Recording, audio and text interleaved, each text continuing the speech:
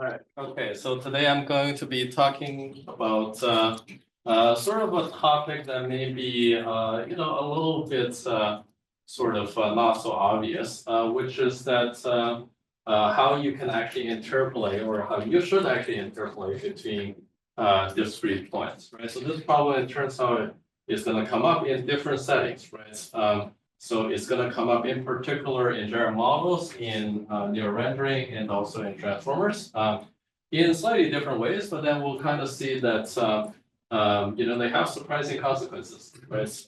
And so we'll take a look at each one. All right. So first of all, like, what are these discrete points that we're talking about, right? So in general models, the discrete points are the training data points that we have, right? So we always have a set of training images that we are given, and we would like to train a model, right, that's able to generalize from that set of images. In neural rendering, we have kind of point-based representations, right, where the different points are just coordinates in space, right? And they will represent essentially the geometry, right, that we have in the 3D scene.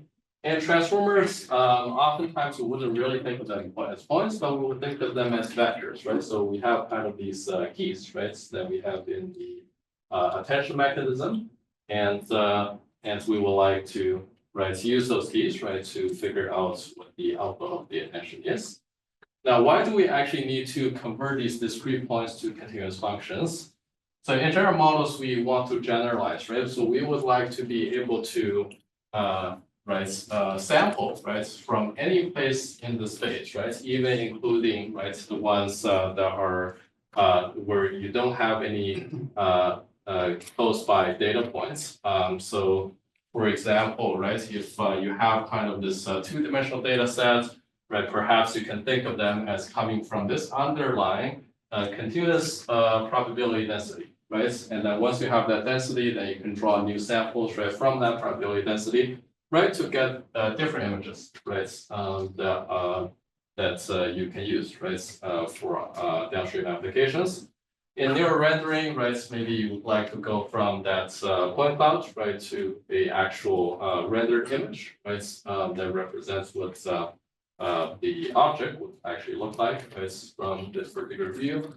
And in transformers, you typically would like to evaluate your attention mechanism on different queries, right? So for every query, it is going to be essentially looking at those keys and figuring out how to interpolate between the different keys, right, to generate your output.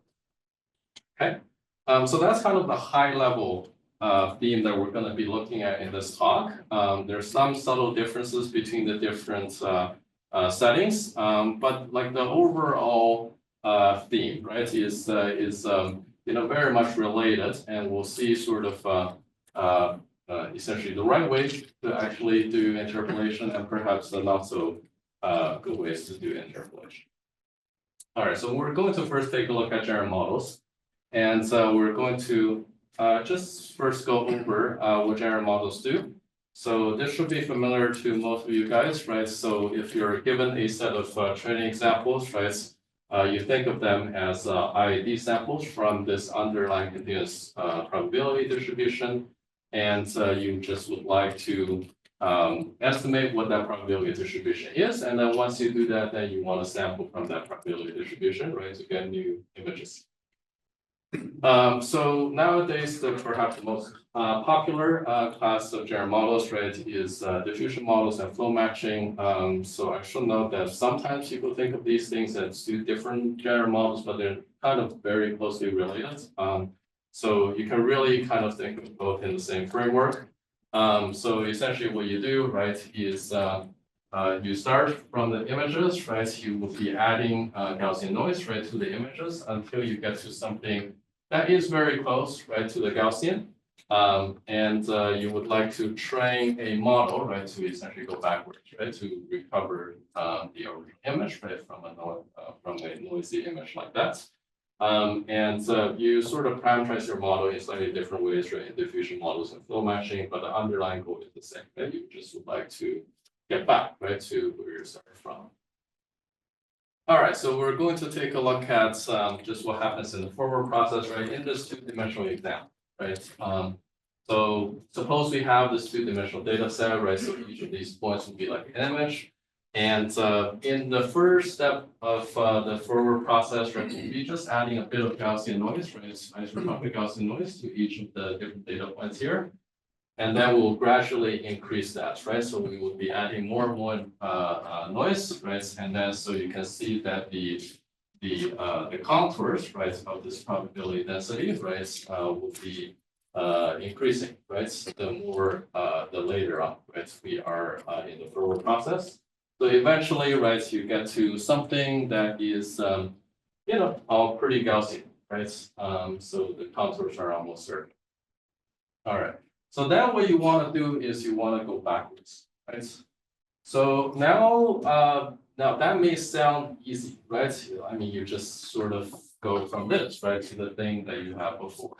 But there is a subtlety, right? The subtlety is that in the diffusion model, you're always generating a conditional Gaussian, right? It's conditioned on the previous step. And that imposes limitations, right? So the fact that it's a conditional Gaussian means that you have to do many steps of this. You cannot do it in one step. It's theoretically impossible, right?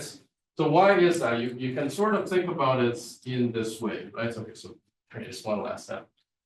So essentially the issue here is that when you're kind of going, right, from something that is unimodal like this, right? So this has a single peak, right, in the probability density. And then at some point, you're going to be going from that, right, and turning that into two different peaks, right? So now when that happens, if you were to think about what the pose here would be, right, in order to make that happen, that would have to be a multimodal distribution. It cannot be a Gaussian, right? Now, how do you see that, right? So you can see that by thinking about Bayes formula, right? If you think about Bayes rule, and then if you were to think about what the closure would be, it is proportional, right, to the joint probability density, which is the product of the essentially the time step that you want to get to. Let's say in this case, right? So the marginal distribution over time step t plus t equals to 4, right? And the conditional probability distribution, right? So time step p equals to 5, conditional p equals to 4, right? So now we know that time step p equals to 5 given p equals to 4 is a Gaussian, right? That's by definition. So essentially what the closure is going to be is almost like you take a Gaussian, right, and you slide it across this marginal probability density, and you filter out everything, right, that's kind of outside of that high probability region of the Gaussian. So you can think of it as sort of sliding this circle around, right, in the spots. And if that circle, right, is big, then you could actually include both of these modes. And when that happens, right, that will be distribution. Now, when will that circle be big and when that be small, right? So the circle will be big if you have few time steps, and the circle will be small if you have a lot of time steps, right? So that's why you need hundreds of steps, right? Diffusion models to actually denote, right? So you can't actually make it work with a few steps. All right, so that's essentially, and this problem can kind of get worse later on. So, you know, this is kind of one mode breaking into two modes. And then this thing, so this thing here, right, is kind of one mode, and then this mode just suddenly pops up, right? So essentially the later you are, right, in your reverse process, the more of this can come up. And then so you want to make sure that the noise you add is small, such that it kind of filters out, right, all of the, right, and then you choose one. Okay, all right. So now let's take a look at sort of what happens, right, in the two-dimensional data sets. So this is essentially on the left here, right, kind of the reverse process, right, running on this particular data set, right? So you see that it takes a while, right, before you can get to this. On the right-hand side here is what happens on the image data set, right? So if you were to actually cut off the time horizon, right? So in this case, this is a flow matching model, right? So you can just, let's say, run the flow matching for one step, right? You just get to something like that. Run it 4 steps, you get to something that's better. And but really to get like good enough results in some sense, then you need that 100 or so steps, right? So that's kind of a problem that comes up, right, in a lot. So people kind of try all sort of different tricks to actually get that down, but essentially without relaxing the Gaussian assumption, it is not really theoretically possible. All right. Now the practical consequences obviously is that because of each of these steps, right, it involves evaluating your network, right, and then it becomes super slow, right, to actually be able to run this thing for many iterations. Okay, so the second issue with flow matching and diffusion models is that they really only work when you have lots of data points, right? If you have, let's say, a smaller number of data points, they wouldn't work. The reason why, right, if you kind of take a look at, so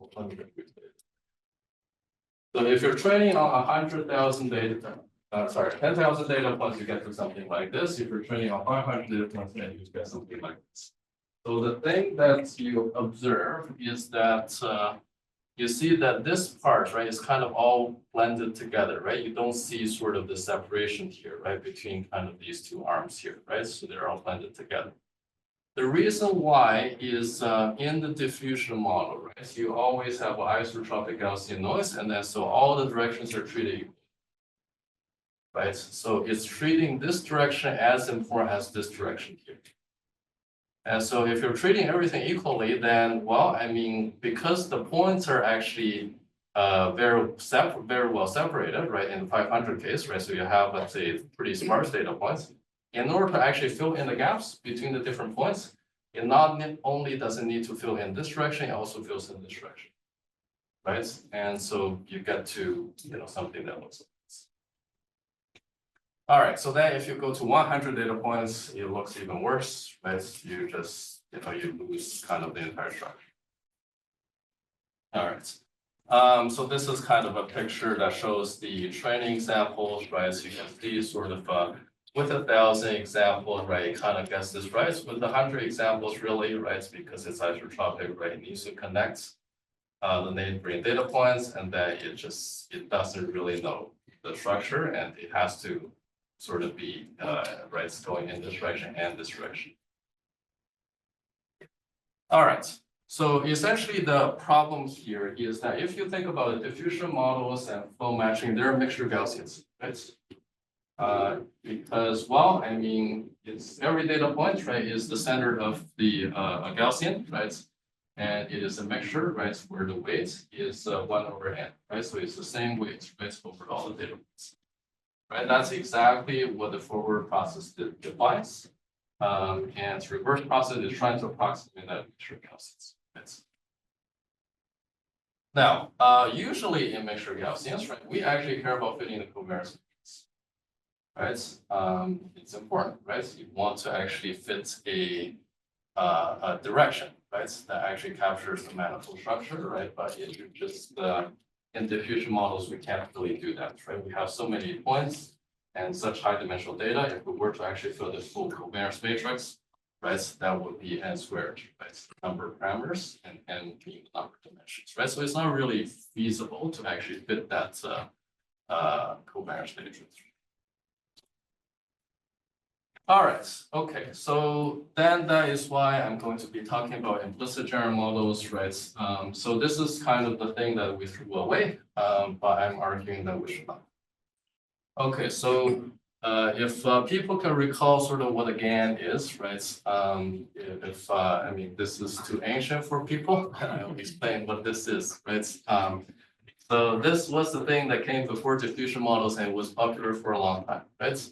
So what it is you are trying to fit this neural network, right, to the data, and the input to that neural network is just random noise, right? So you're just turning this random Gaussian noise into the data, right?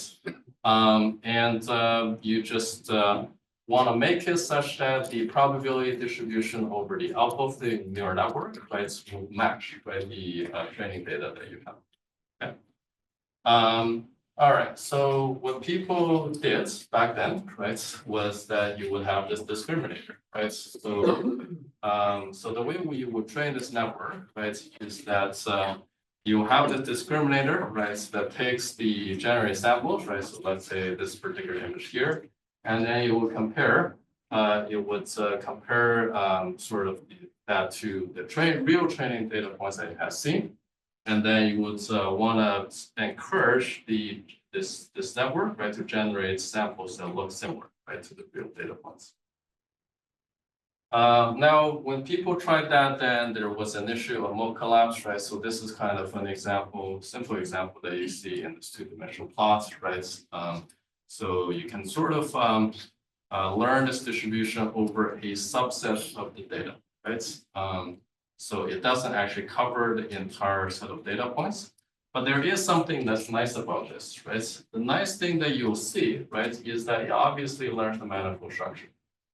Right, so it doesn't actually treat this direction the same as that direction, right? It actually figures out that this is kind of the manifold, and that you should be direct connecting the 2 points in this way, right? So there is something nice about that, right? And this works even when you have this little data set, right? This is like 10 points or something, right? Then it does work. Okay, so there is something that's nice about this, right? And so I guess of course, the downside is that you have mode collapse, and then you have training instability, so you can sort of go around in circles and not really converge. Okay, so now I'm going to talk about implicit maximum likelihood estimation, which is the method that I've worked on for a while. And it's kind of really trying to work with implicit general models, right? Kind of the same generator that you have in GANs, but then try to fix the issues with GANs. So what we do here is that we change the objective, right?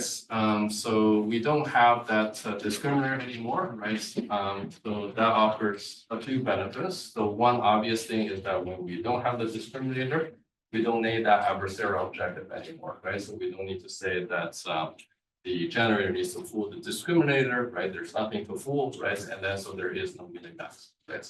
If there's no minimax, then optimization becomes decreased. Right? So that's why you have training stability. Now, the other thing is that this objective, right, is able to avoid mode collapse, and then we're going to see why.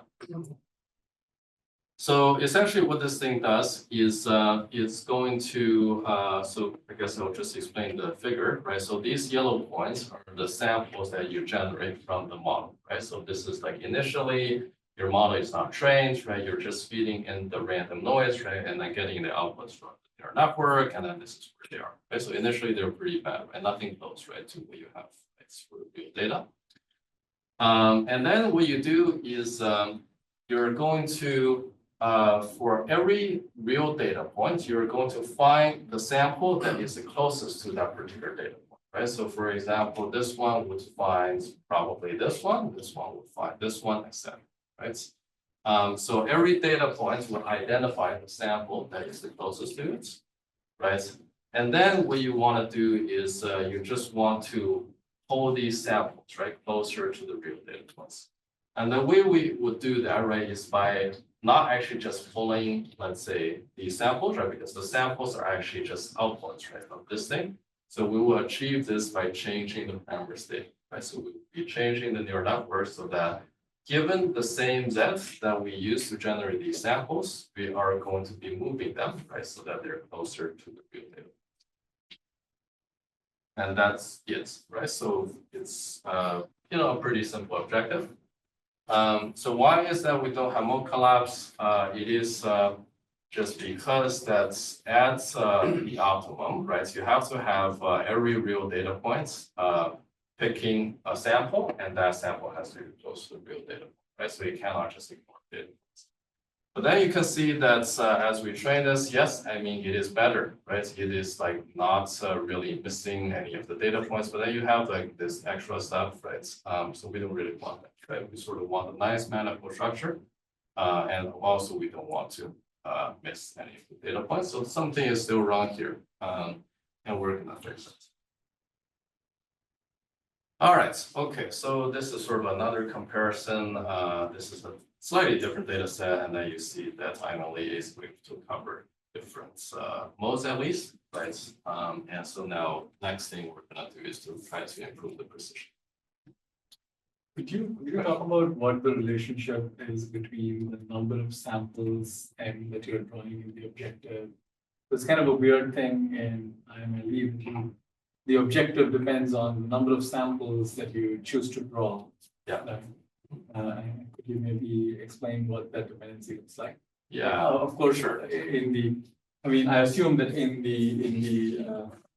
the ideal case you want to sample infinite samples, or is that not right? Not really.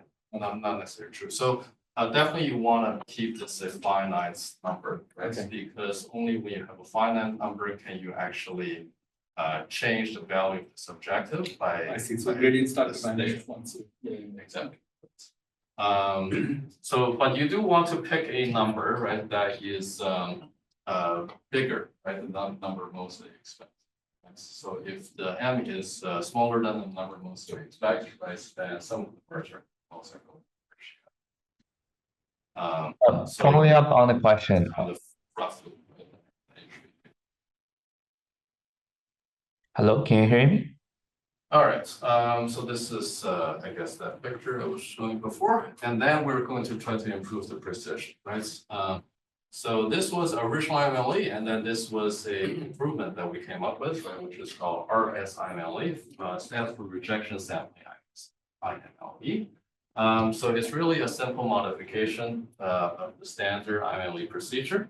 So the difference is that when you actually find the closest samples, right? So for every data point finds the closest samples, you would exclude all the samples that fall within a epsilon radius of the real data points, right? So let's say, for example, in this case, I guess, okay, so here maybe this one is within that gray circle here, so then you exclude it.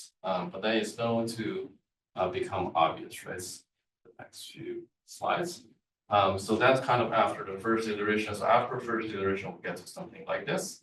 And then, so let's say, for example, we'll have something like this, right? So this blue star here, right, is very, very close to the real data points. So rather than actually this green square picking this star, we'll be picking another sample, right? The closest sample that's actually outside of that radius, right? So that's the only modification we're making. Turns out it actually makes a big difference. So, all right, so then if we kind of go on to the next step, right, then you can already see that this thing, right, has a lot fewer samples that are kind of outside of the manifolds. And then this is the last step, right? So you sort of recover this nice manifold structure and you cover all the different data points and you don't have anything else. Question? I have a question. So the point you present here looks very similar to what people do for point clouds in construction. You generate some points and you have branch those point clouds. Usually there are maybe like thousands of points and we'll do a matching. Actually, what we are doing here is a matching in the generated points and the data point. Yes. Have you considered, like, for example, in the first, you drag all the nearest like generated samples to the actual like data samples. But have you considered maybe a two-side like chamfer distance that also drag maybe all the generated points to maybe the nearest data point, or there might be more advanced like transportations to assign or match the point sets? Yeah, that's an interesting question. So in the first case, I mean, we definitely thought about that. It turns out the math doesn't work out. And also if you were to actually try it, there's a problem. So it turns out to be like very heavily biased, right, towards data points. So you kind of get something like bone collapse. In the optimal transport case, so there is an issue in that there's a theoretical issue, which is that usually in general models, you want to maximize the likelihood of your training examples, right? So that is the forward tail divergence, right? From the model to the data, which is different from the reverse tail divergence from the data to the model, right? So you actually want an objective that is asymmetric. If it were symmetric, right? Because if you were to do optimal transfer that is symmetric, right? It doesn't matter, right? Whether you're going from the real data to the samples or the other way around, you sort of lose that connection, right, with maximum. What's the latent space for you in this case? Is it one dimension or is it arbitrary? Yeah, interesting. Yeah, so it is actually not one. It is actually like, I don't remember the exact number, like 10 or 20, something like that. But it just learns to have, I guess, set the, sum of the singular values to 0. So at the end, you get sort of this one dimension manifolds. But the latent dimension is actually bigger. Why is it the case here that you don't at convergence get all the yellow points and the gaps between the green points just getting drawn into the epsilon balls around each green point? Because it sounded like basically what you'll do is you'll always find the closest yellow point outside of the epsilon ball and pull it in. Yeah. So why does it just not collapse to everything being in small epsilon balls around the data samples? Yeah, so that's an interesting question. I think the main reason is the diffusion equilibrium distribution, right? So, every time you're kind of trying to pull samples in, right? You have samples right? Okay, so remember that this is always going to be mapping a Gaussian distribution, right, to something else. So this thing, right, the nice thing about implicit general model is that the end result is always a valid distribution. So if you're moving something close to something, something else has to be further apart, right? Because the overall probability density has to be 1. Right, so you cannot make everything likely, right? If everything were likely, I mean, that's not integrating to 1, right? So as it's pulling stuff inside, something is getting out. Yeah, I You don't don't follow follow that either. Like, I mean, you can imagine all the density being focused exactly on all your 10 green points. And you have a 1/10 probability at each of those 10 points, let's say. Yeah, And so, you're done. yeah. So this is actually, that is coming from the inductive bias of the neural network. So That's kind of what I was. It is a continuous function. So if you in fact had an infinite capacity network that was producing these samples, it would not be a great thing because you would get into all kinds of weird. Oh, that's not what I meant. So the neural network is always continuous, right? It has to be, it's differential. It's differential way, but it's continuous, right? So because it's a continuous function, you're mapping a continuous random variable with a continuous function, the end result has to be a continuous random variable. The continuous random variable has to, like, essentially not jump, right? So you cannot have limits. But if you had a high enough capacity, you could have a continuous approximation of that whatever 10 distribution that actually is suggesting, right? Yeah, then there is the spectral bias. So the spectral bias of the neural network is saying that when it can, the lift response is going. But that's got to be fighting against your training. Not necessarily. So, I mean, people actually, I mean, if you see the nerve, I mean, if you don't actually have additional coding, I mean, it doesn't work, right? It just isn't able to get the high frequencies. The loss isn't the full story because you're using an optimizer that is very suboptimal. Gradient descent does not work. It's because you have gradient descent, right? So you have this thing called implicit regularization, right? Which means that basically, I mean, it's a fancy way of saying that it doesn't work so well, right? So, so which is you don't find the optimal, right? You find a saddle point local minimum, whatever, right? So which optimization person you talk to, right? They would say either you find a local min or saddle function, but you don't get to the global min at finding. So it's just kind of a happy marriage between an objective that's not in fact the correct objective and an optimizer that's not in fact the correct optimizer. That is exactly why machine learning works. That's why AI works. Yeah, I mean, I tried this. I tried to come with better optimizers before, and I tried to train a neural network, but it doesn't generalize well. So yeah, we're relying on the fact that gradient descent doesn't work. So that's the reason why we have machine learning. All right. Okay. Cool. Any other questions? So in like in the right-hand side of the screen, it looks like, you know, exactly where that, like that, this might be essentially the same question, but like it's this really nice smooth shape, but it doesn't seem like it. I could draw a smooth line that better connects those green dots or, you know, where they are close to the curve. Right. In the, like I guess to what extent, like, is that a function of, I know this is like a really low dimensional example and stuff, but is that a function of like, like what are the knobs you have to tune that level of smoothness versus, you know, reproduction of those data? This actually just worked out of the box. So yeah, I mean, the knobs that you have to tune, knobs you have to tune to get what? Like what parameters could you change to like more closely fit those green points, maybe with slightly, you know, higher Lipschitz constant or something? Probably higher Lipschitz constant can work. Yeah, better models. Yeah, if you have, let's say, models that you know, maybe really favor this sort of shape, right? Then that may work better. So if it kind of favors this shape, I mean, it has to remember. I mean, you're starting with this Gaussian, right? You're starting with the Gaussian, so that means that you have to kind of arrange. You have the low density regions of the Gaussian and the high density regions of the Gaussian, right? So if you're trying to model that, you have to kind of compress the low density regions of the Gaussian, and then it has to kind of spread apart, right? It's the high density regions of Gaussian. You have to have a model that's capable of doing that, right? So, well, I mean, if we're kind of trying to transform like the Gaussian to something that's kind of on this, you know, fixed interval, then you better have a model that's able to do that. But then, you know, it's not clear, for example, that will model architecture be better. Thanks. All right. Okay, so that's I guess the training, what the training looks like. So this is not diffusion steps. This is just like training that at the end of training. All right. Okay. So the reason why, right? This thing works better, right? So this simple thing of just I guess not considering the samples within the epsilon radius.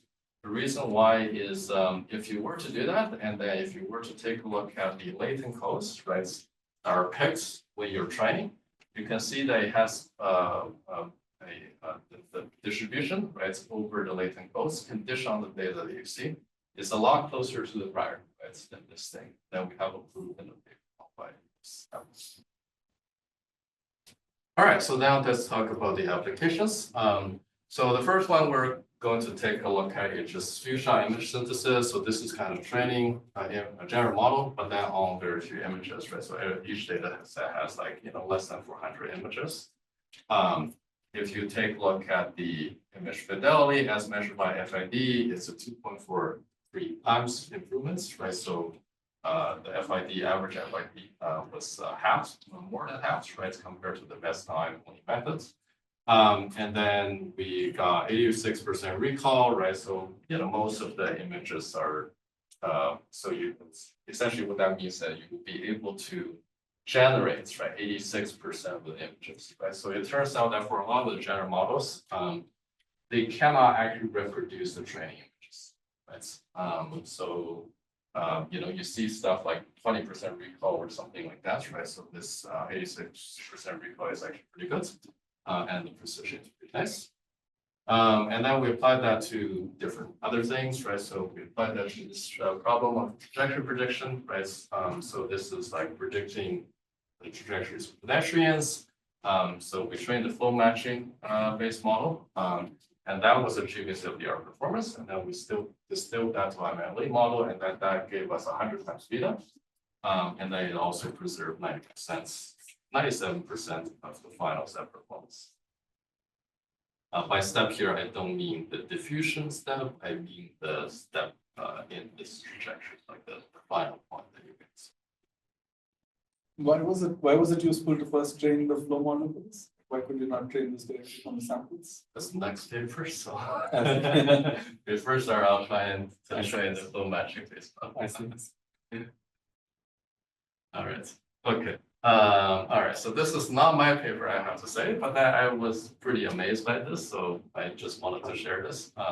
So yeah, so somebody took the few shots image synthesis work, and then they sort of applied that to robotics. So this is behavior cloning, and it is trying to sort of learn this policy, right? That I guess pushes this T around, right? So this is IMLE policy, and then this is diffusion policy, which is still going, and then there's the flow matching policy, right? And this is I guess just showing that with 17 demonstrations, that you were able to get this thing to the right place. And then with the other things, I mean, it's just not knowing where to go with. This is 61% faster, sorry, not percent, times. So 61 times faster than a diffusion policy. The authors also took a look at the actions that you get conditioned on the observations. And so with flow matching, basically, so this is one step flow matching, they really want it to be fast. And then they observe that it's kind of just collapsing, right? It's not getting kind of these actions here. With IMLE, they're able to get like all these three actions. Okay, and also requires less data and flow matching. All right. So we also took a look at super resolution, right? So this turns out to be a problem that is hard to do for a diffusion model. This is like really looking at conditioning on the same input image, and you're looking at kind of what the samples are for the output images. So the reason why it's hard for a diffusion model is that it's not able to get kind of these fine grain differences between the different samples conditioned on the same thing. So it's pretty capable of generating like very diverse sets of samples. That it should be it's pretty good at. The thing it's not so good at is actually preserving sort of consistency with the inputs while still actually generating the different samples. So we can use this to do uncertainty quantification, right? So in this case, this is like figuring out essentially where your model is uncertain, right? So really kind of this is telling you that at this these white edges, like these pixels, are where it's just hallucinating details, right? It doesn't really know where it should be. For the other models, so these are the Gaussian models, diffusion models, right? It really doesn't know, right? It's kind of not really there. All right, so we did experiments on shape completion, and this is another thing where consistency is important, right? So you want to generate things consistent with the inputs and also diverse things. And we did an application on molecular depth estimation. So this is kind of interesting. It's not really kind of the usual problem. You would think that's requires multimodality, like generating different modes for the same thing. That's pretty important is when you have reflective surfaces. So it turns out that in your training data sets, whenever you have a glass surface, people are pretty inconsistent at labeling what depth it should be, right? So sometimes people label like the actual depth that's behind the glass. Sometimes they will actually label the actual depth of the glass. And that people are just pretty inconsistent. And that's actually a good thing because they're inconsistent. We can actually train this model to get different modes, and the different modes would be like both, let's say, the surface of the mirror, and also the thing that's kind of, it's visible. So if the room were actually reflected, right, then that would be good. Okay, so we can do things like this, right? So we have like multiple glass panels, right, and we're able to get like the thing in front. Okay. And we can use that, right? So we can use that to do 3D reconstruction, right? So we train the nerve, right? With this thing as a prior, right? So this this depth, right? This probabilistic depth, right? As a prior, and then so you can see when we really account for this different modes, right? In the probability distribution, right? We get the class rise, whereas this is sort of just approximating the depth, right? So the mean, and then you can really see that the class parts. Is there also in these cases a way to compute the likelihood for a sample or? No. Yeah, so the likelihoods, that's one of the harder things to compute. So it is technically intractable. Yeah, so I mean, you can try to approximate it, you can try to lower bound it, and then you can also try to come up with the unbiased estimates for a single sample. But unbiased does not mean that it's actually relevant, like necessarily close. All right, okay, so then we also took a look at triangulation uncertainty, right? So here we're looking at just, so this is the extension of IMLE, extended to modeling a distribution over functions, right? So it's a nerve, and then so it's a function that's defined over three-dimensional coordinates. And then this is just looking at sort of all the different cameras, right, from which the points are visible. And from that, calculate regions that are uncertain. All right, so now I'm going to move on and then talk about neural rendering. And we'll see sort of some similarities, right, to the things that we saw before, right, and also some differences. So first of all, right, just in case some of you may be unfamiliar with what the goal is, right? So in neural rendering, essentially, we're given a set of these images associated with camera poses. And we would like to reconstruct the geometry and also, right, a way of rendering, right, geometry, right, from any arbitrary view. And we want to learn all of this end to end. All right, so whenever we are dealing with these explicit point-based representations, we have a challenge, right? So the challenge is that we may actually have a ray, right, that does not intersect with any of the points. So in fact, in most cases, right, the rays wouldn't actually intersect with any of the points exactly. And then so we need to do something, right, to fill in the gaps, right, between the points. Now, what do? Right? Well, so in 3D Gaussian splatting, you're going to be filling in the different points, right? Gaussians, right? So if you kind of really think about it, this is pretty similar to the diffusion model, right? The only difference is that well, there's two differences. One is that it's not necessarily isotropic, right? So you can have these ellipsoids here. The second difference, which is actually important, is that these Gaussians don't actually have to sum up, right? They don't have to integrate one. And that has some consequences on what we do, right? To actually fix this issue. All right, so what's the problem with this, right? So if you were to actually take a 3D Gaussian splat representation, and if you were to just stretch it, right, or if you were to bend it, right, you have this sort of thing happening, right? So you have kind of these gaps, right, that emerge, and then you also have kind of these gaps that kind of don't rotate properly, right? And why is that? So the reason is that if you were to actually try to stretch the object, right, you can get holes, right? So originally, maybe they don't have holes, right? So the ray would be hitting points not exactly, but then after you kind of move them apart, then you can shoot through, right? So that's why you have those gaps. And then the reason why bending doesn't work is simply because if you were to bend a Gaussian, it's no longer a Gaussian. So Gaussians are only Gaussian under linear transformation. If you were to have a nonlinear transformation, then that's no longer Gaussian.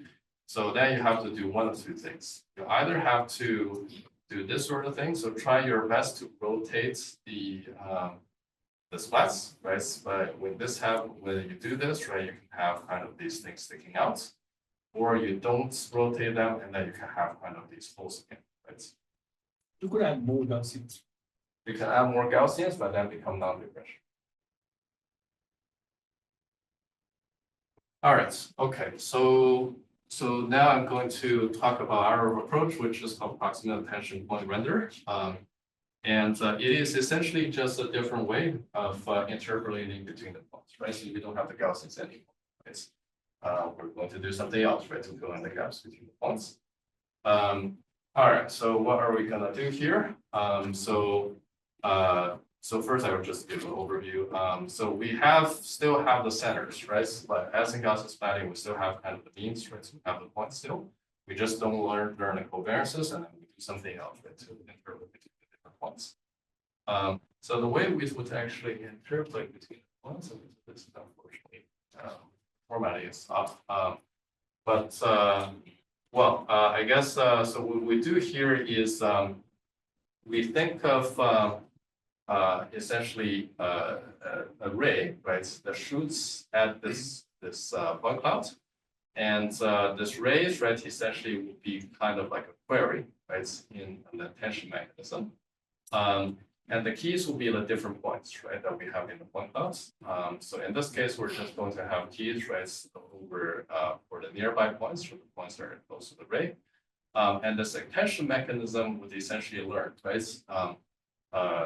Like given a array, right, which points you would actually be looking at. Okay. So this at this point doesn't sound that different, right, from the Gaussian splatting case, right? It's just kind of another way of getting the points that are sort of interacting with the ray. But then there is a pretty important difference that I will show later. Okay, so if we take a look at the results, right? I mean, this does a reasonable job, right, in rendering the objects. And the interesting thing though is what happens, right, when you actually stretch the points, right, when you actually stretch the shape. So if you were to stretch the shape, right, and if you were to think about what attention does, right, what attention does is that it essentially does this, it computes this attention weights, right, that are normalized, right? So if you were to add together all the attention weights, right, across all the different keys that you're attending to, right, it'd be one, right? They're always kind of dividing by the sum here, right? So then if you were to actually stretch the points, then it turns out that it will be equivalent to scaling the numerator and the denominator by the same factor, right? And if you scale the numerator and denominator by the same factor, they cancel and then you get the same thing, right? So the weights essentially are the same, right? No matter how far apart, right? You stretch different points. So here, essentially, right, it doesn't really matter, right? How much you stretch this, right? You can always get the same. All right, so the second, so that's basically, right, it's telling you that you can stretch the points and then it kind of still knows what to do, right? And the second thing that's also important, right, is this earlier issue that we're talking about, right? So with the Gaussians, if you were to actually bend the Gaussians, they would no longer be Gaussian, right? But with this thing, we're learning sort of this attention kernel.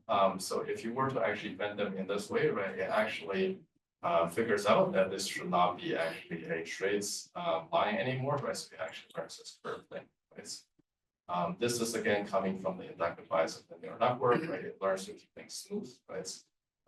Because if it were actually straight, right, it would not. All right, so that's what we have, I guess, with our method and Gaussian splatting, right? You can see that this is sort of flattening the. Yeah, I guess that's that example. So now we're moving this the buckets, right?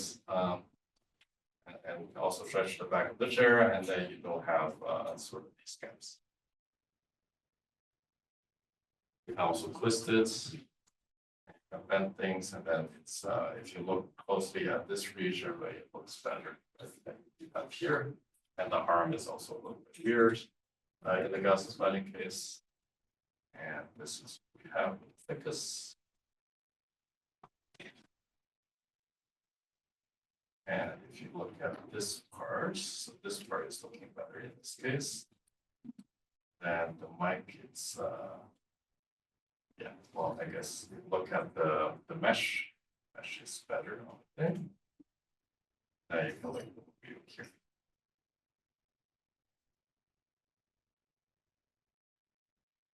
So I will probably go on to the next thing. All right, so the next thing that we can also do, right? So now that we have these this attention kernel, right, over the points rather than fixed Gaussian kernel, we can also try to think about this task, right? So essentially another issue with the Gaussian kernel is that you have vanishing gradients, right?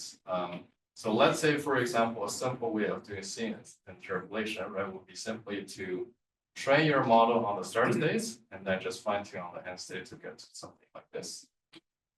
So that's kind of a simple, right, it's a straightforward way, right, of actually doing interpolation.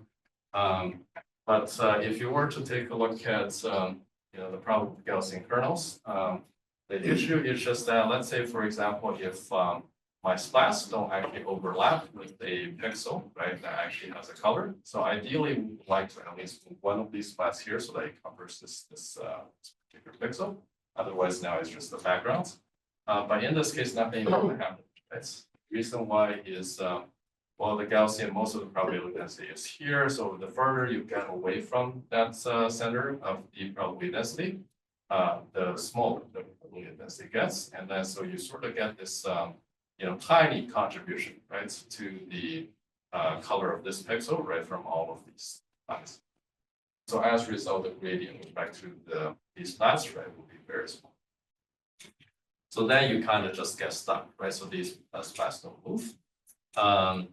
And so in the case of the, okay, so I guess this is what happens when you try to actually fine tune, let's say a Gaussian splatting representation on the end state. If you try to interpolate, then you sort of get this sudden jump here, right? Like this thing doesn't really move. Yes. So in our case, we don't have that issue because we're looking at the relative distance, right? Not the absolute distance.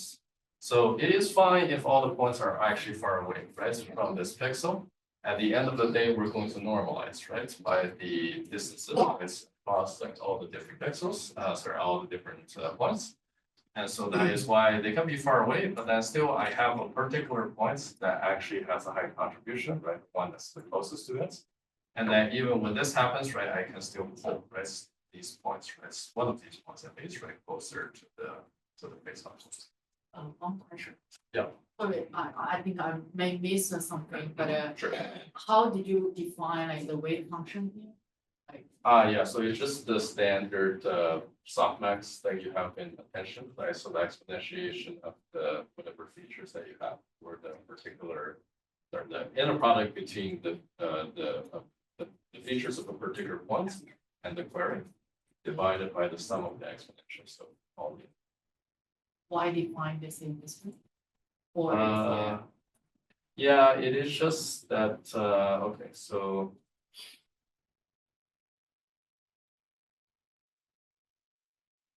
the thing that we first take in, let's skip over this a little bit. So you have kind of these two distances here, these vectors, right? So one from the camera to the projection of the point onto the ray, and then you have another vector, which is the vector going from the projection of the point, right, to the actual points. So from these two vectors, right, then you can reconstruct this vector here, right? So these two things, right, are fed in as features, right, to the keys, right? So that kind of intuitively is saying, well, I mean, you care about like, how far away it is from you and also how far away it is from the ray, right? So these two things are fed into the MLP, and then MLPs kind of learn how to weigh those two things, right? No problem. Nice.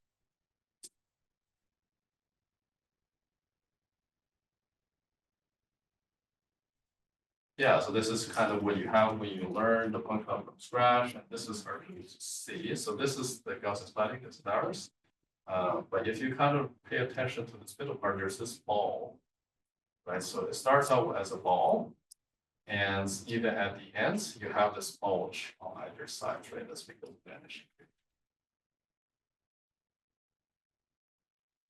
Okay, so this is what we get, right, when we try to interpolate, right? So we're getting something more reasonable. And we have, I guess, some other examples.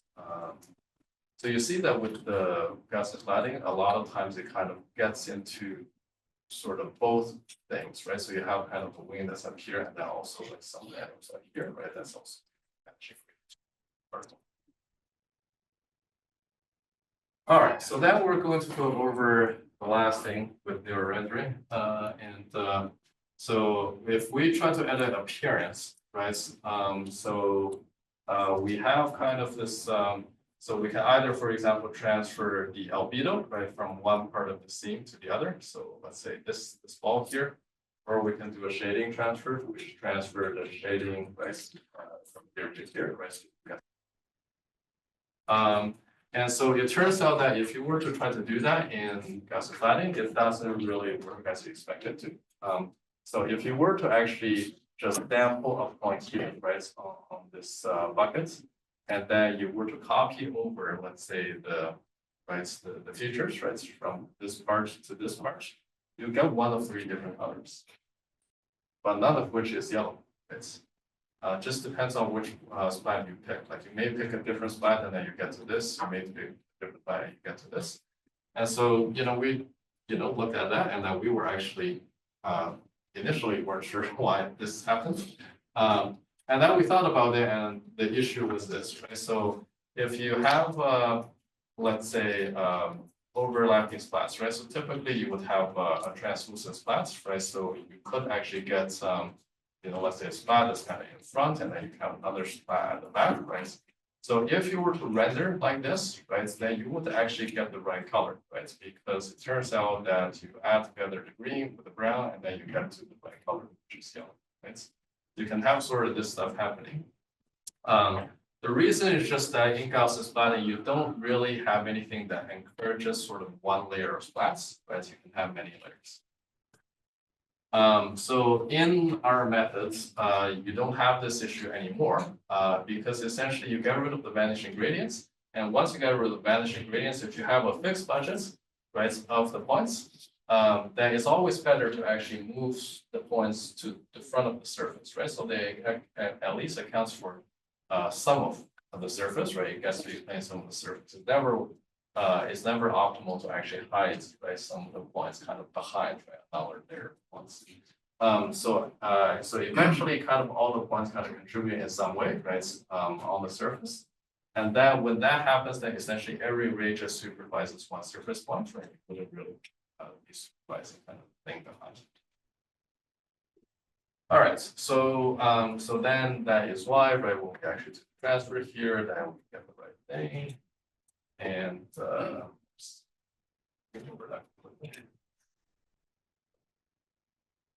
not a thing anymore, but it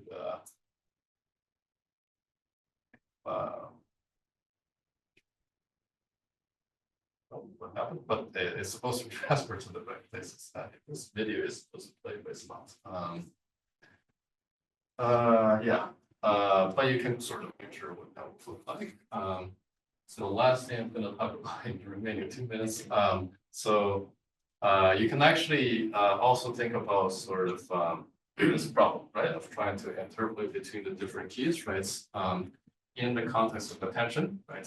So if you were to have any transformer-based architecture, right, you have this a lot, right. So you have sort of keys, right, that are representing sort of the tokens, the words you've seen so far, and the queries, right, that represents the tokens, right, that right, you like to in this case translates. So then, right, you compute the attention waves and then calculate the outputs, right, from the attention mechanism using a convex combination. So the thing that you can do, right, to make this more so efficient, right, is by sort of looking at the attention matrix that you get afterwards, right, and then you spot that there are many attention waves, right, that are a lot smaller than the other attention waves. So if you could actually just calculate the attention waves, right, for the keys that are high, then you don't need to calculate the exhaustive, right, the attention waves for all the different pairs of keys and queries. And ideally, you want to do that because the full attention matrix and squared entries, right? So it's going to grow in computational complexity, right, as you have more and more tokens. So that's what happens. I guess we have longer context, and then that's why like all the companies, right, they're kind of marketing their models for bigger and bigger context, right, because it is super inefficient. Okay, so how do you actually speed this up, right? So you can just compute the attention waves for the important keys. And the way you can do that, it turns out that is that there is the equivalence between finding the keys with the highest attention weights and finding the nearest neighbors in some embedding space. Right? So the way that you would do the embedding is by doing this, right? So suppose the original keys, right, were in 2-dimensional, then I would just embed all the keys onto a hemisphere like this. And then if I were to do just find the nearest neighbors, right, in this space between the keys and the queries, then that will actually mathematically be equivalent, right, to finding the keys with the highest potential weights. You can work through the math to convince yourself that that is the case. All right, so that's like essentially what we did, right, in this paper, right? It's called IceFormer. And the important thing is that once we do that transformation, we actually need to think about how to actually find the closest neighbors. And that naive thing does not work, right? So if you were to actually do hashing, you run into a problem because this thing at the back, right? So these are the Voronoi cells, right? So these are actually giving you essentially the set of queries that would return a particular key, right, as the highest attention weights, right? So let's say if I have a query that lies in this cell, right, then it should return this point. But then you'll see that this Voronoi cell, right, is very much data dependent, right? So depending on the configuration of the data points, right, you will have like just these arbitrary shapes. So you cannot actually compute what these boundaries are, right? That's very costly. So instead, what people do is that they have kind of these regular data independent partitioning schemes, right? So that's kind of looking like this. So this is kind of one particular hashing scheme, right? That's kind of storing, right, the points that lie in the same cell. And then once you have a query that's in this cell, then you will just look at these points. But you have an issue, right? So the issue that is, in some cases, it's just getting the wrong points, right? So let's say, I don't know, I'm here, right? But then it should really be getting this points, right, by the Voronoi partitioning, right? But then it's getting these 2 points, right? In other cases, not returning anything, right? So if I have a query here, by the Voronoi, I should be returning this thing. But then I look around in this cell and there's nothing here. So that's essentially the issue that we have whenever we try to bucket together the keys that are similar, right, by some fixed binning strategy. So if we have some fixed binning strategy, right, then the width of these bins are the same regardless of where we are, right, in this x-axis. As results, sometimes you can get a lot of keys, right, that lie in the bin, and sometimes you get very little, and sometimes you get nothing. So if you're in this interval here. So the key insight that is that we don't want to do this, we want to do this, right? So we want to actually have kind of this horizontal binning thing. So this is saying that we always want to return the same number of keys, right, regardless of what the query is. And then the number of queries that can correspond to, or the range of the queries that can correspond to can change, right? So if I have a query that's in this region, right, they will be falling into the same horizontal bin. If I have a query that's in this region, if I were to go slightly outside of that, right, then that will be a different bin, right? So we want to actually vary the width of the bin, right, rather than keeping them the same. I won't go into detail as how that works, but then this is the results. This does not play, but let me play this because it's interesting.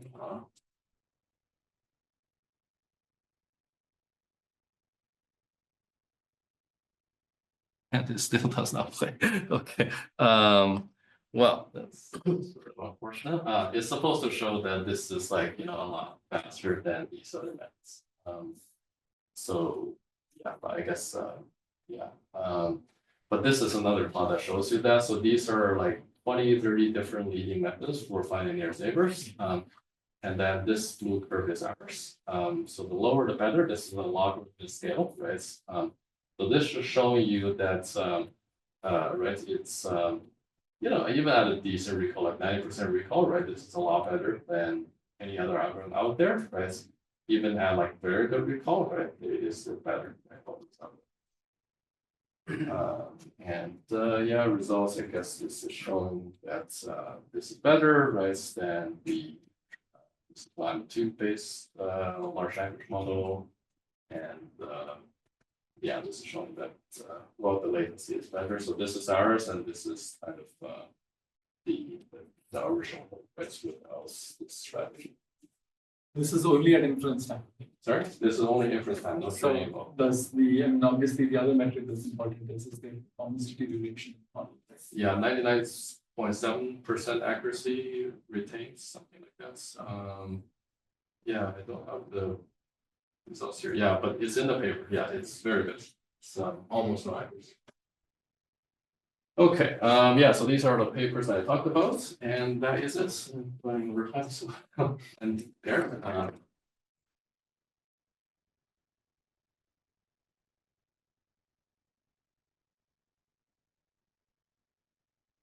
Yes. Do we have time for questions? Okay. Okay. I think I might have missed this, and I wanted to ask you a question about the IMLE work. Yes. Am I correct that you have to solve the assignment problem, like every time you try to compute the loss? And how are you doing that efficiently, especially for like large data sets and Right. Yeah. and for like high dimensional samples? Yeah. So you don't have to do that every iteration. In fact, there is a proof that shows that it's better if you were to do it at fixed intervals. To do it at some iteration and then you do many iterations, like given that fixed assignment, and then you redo that.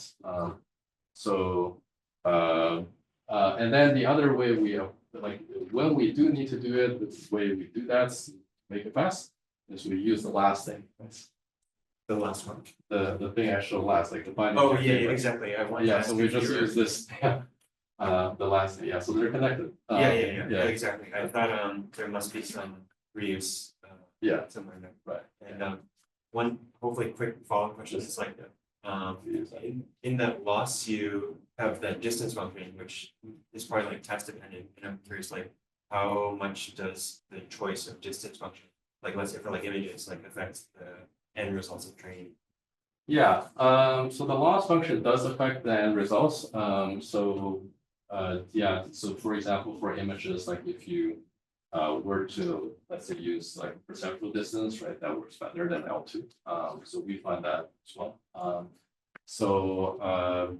You know, for simple data like the trajectory stuff, I mean, we just use L2 distance and that works. So it's just that for images, people are just more sensitive, right, to like high frequencies, right? So like if you see a blurry image, that looks very different from, let's say, a sharp image. But then if you have a sharp image and then if you were to move the edge by, let's say, 2 pixels, that has a big L2 distance, but then you just don't perceive.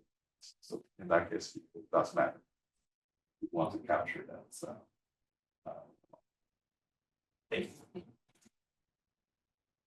There is this like idea that first of all, thank you for a really nice talk. I really learned a lot.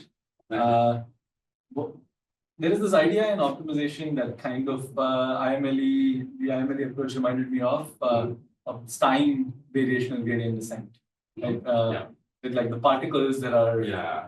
So can you actually explain for my edification, like what is the connection? Is there I mean, Yeah, is so this Stein is, yeah, so okay, there's two big differences. The one difference is that Stein doesn't actually do this matching, right? Stein is like saying you have this score that you're following, and you're just saying, okay, I want to kind of like follow the gradient, right? So score is the gradient of the particles.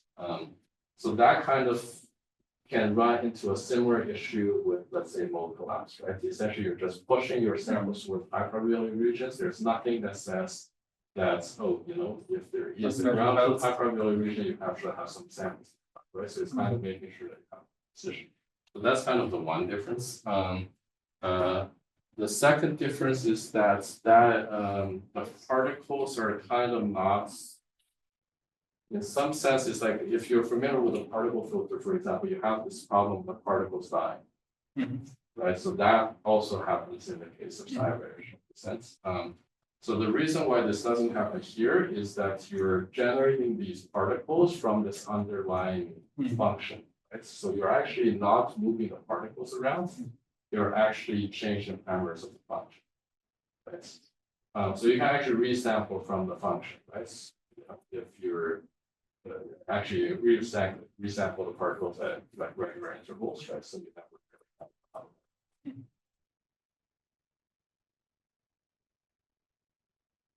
Any other questions? Yeah. So a big theme of your talk is using this nearest neighbor search, right? In both work or this nearest neighbor comes in. In Oh, the first one and the last one. Right, Yeah. right, Not the middle. right. Can you say, yeah, well, people, I mean, I think most people haven't thought about using nearest neighbor. It's a big part of the computes. Mhm. Do you think it's replacing some part of the computes or what is circumventing? I mean, what is the thing that you're getting around with this nearest neighbor search? Oh, like you mean the computational problem you're solving or like the? Yeah, so, yeah, I see the procedure wise using nearest neighbor search benefit quite a bit, but yeah, just looking above people have to trade off something, right? So you're trading off some computes with nearest neighbor search. So which part of the compute is being traded off from the nearest neighbor search? In the diffusion, is Yeah. It's kind of like this global optimization that you would otherwise have to do, right? Like nearest neighbors is very good at like essentially selecting one thing out of many discrete things, because if you're like, if you were to avoid this, then basically you need to do tiny gradient steps, right? To kind of go from the one mode to the next other modes. And that's expensive, right? And that may not be global. It's just in sense. So yeah, it's kind of helping to make sure that you don't get stuck. That's kind of a problem with GANs as well. Like the GAN, for example, is like once it does a mode collapse, then you can show that your cavity is saddle points. And it's disconnected from the saddle point where you have, let's say, either different kind of mode collapse, like collapsing onto different data points, or not having mode collapse. You have to jump between the disconnected saddle points, and then because they're differentiating the discrete. How finicky is IMLE to the choice of M? Yeah. Do you typically have to hyperparameter optimize for every application? You do have to try a bunch of different values, but not that big of a range, I would say. Like, maybe in practice, the biggest range we've used would be like 25 or something. The smallest value is like 2 or something. But it's obviously a very data dependent thing, right? Like, I mean, if you're It taking is a on a really data large data dependent thing, distribution. yeah. So if you don't actually expect a lot of multimodality, then definitely smaller will be better. Because if you were to make it smaller, then it trains faster. It's yeah, right, because of earlier just talking about like you have bigger gradients. On the other hand, if you actually expect a lot of multimodality, then you won't. We could do something like, I don't know, this is just off the cuff, I guess. I guess we could actually try to change the M in between the training. We haven't tried that, so I don't know if that works.